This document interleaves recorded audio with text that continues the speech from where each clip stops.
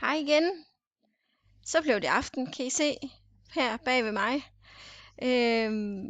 Det jeg godt lige vil nu, det er, at jeg kunne vildt godt tænke mig lige at forklare VUC's niveauer. Fordi nu når I skal til at tilmelde jer selv i webshoppen for eksempel, så kan det måske være svært at vide, hvad skal jeg putte ned i den der indkøbskurv, som er inde i webshoppen. Og det vil jeg gøre her. Basis, det er typisk det, man starter på først, hvis det for eksempel er mange år siden, man er gået i skole, eller man måske er ny i Danmark og er blevet færdig på sprogskolen. Så er man på basisniveau. Efter basis, der kommer G-niveau. I nogle af fagene, der opdager du ikke selv, at det kommer, og i andre af fagene, der tager det simpelthen et halvt år hver.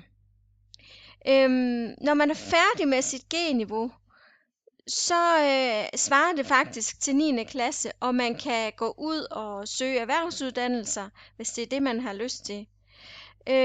Dog anbefaler erhvervsuddannelserne, at man har en 10. klasse, fordi så bliver det hele meget nemmere. Men det er ikke et krav. Det vil sige, at man kan godt søge erhvervsuddannelse fra 9. klasse.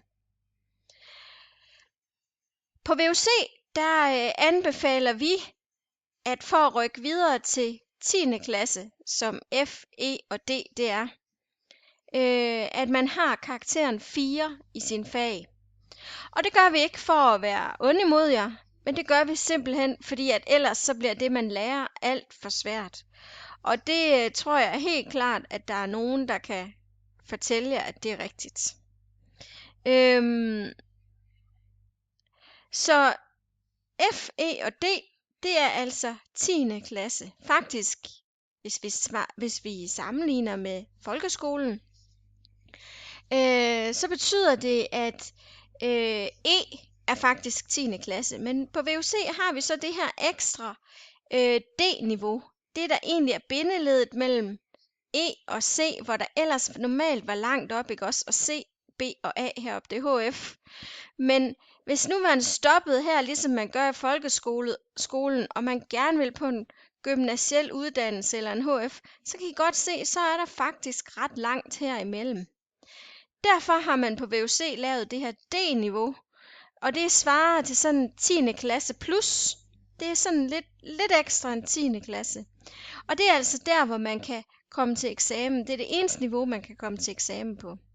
Skulle det ske, at man stopper på VUC lige her, på F eller på E, så kan man faktisk, hvis man har været der det meste af tiden og lavet sin faglige dokumentation, så kan man faktisk få et bevis på, at man har gennemført det her modul.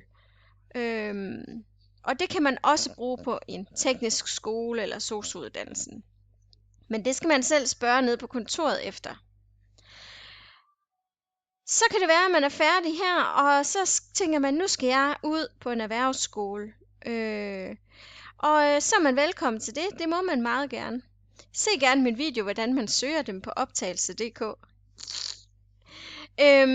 Men det kan også være, at man tænker, at jeg vil super gerne på HF, fordi jeg skal have en mellemlang eller en længerevarende uddannelse. Det kan være, at jeg vil være pædagog.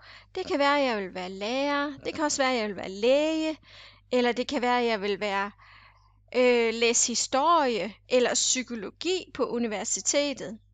Så der er mange muligheder. Men man skal altså have en HF, eller i mange tilfælde skal man have en HF eller en gymnasiel uddannelse. Og for at komme herover til, så siger vi altså, at man skal have karakteren 7 på D-niveau. Og det er simpelthen igen, fordi det er for svært. Faktisk vil jeg også sige, at hvis man er tosproget,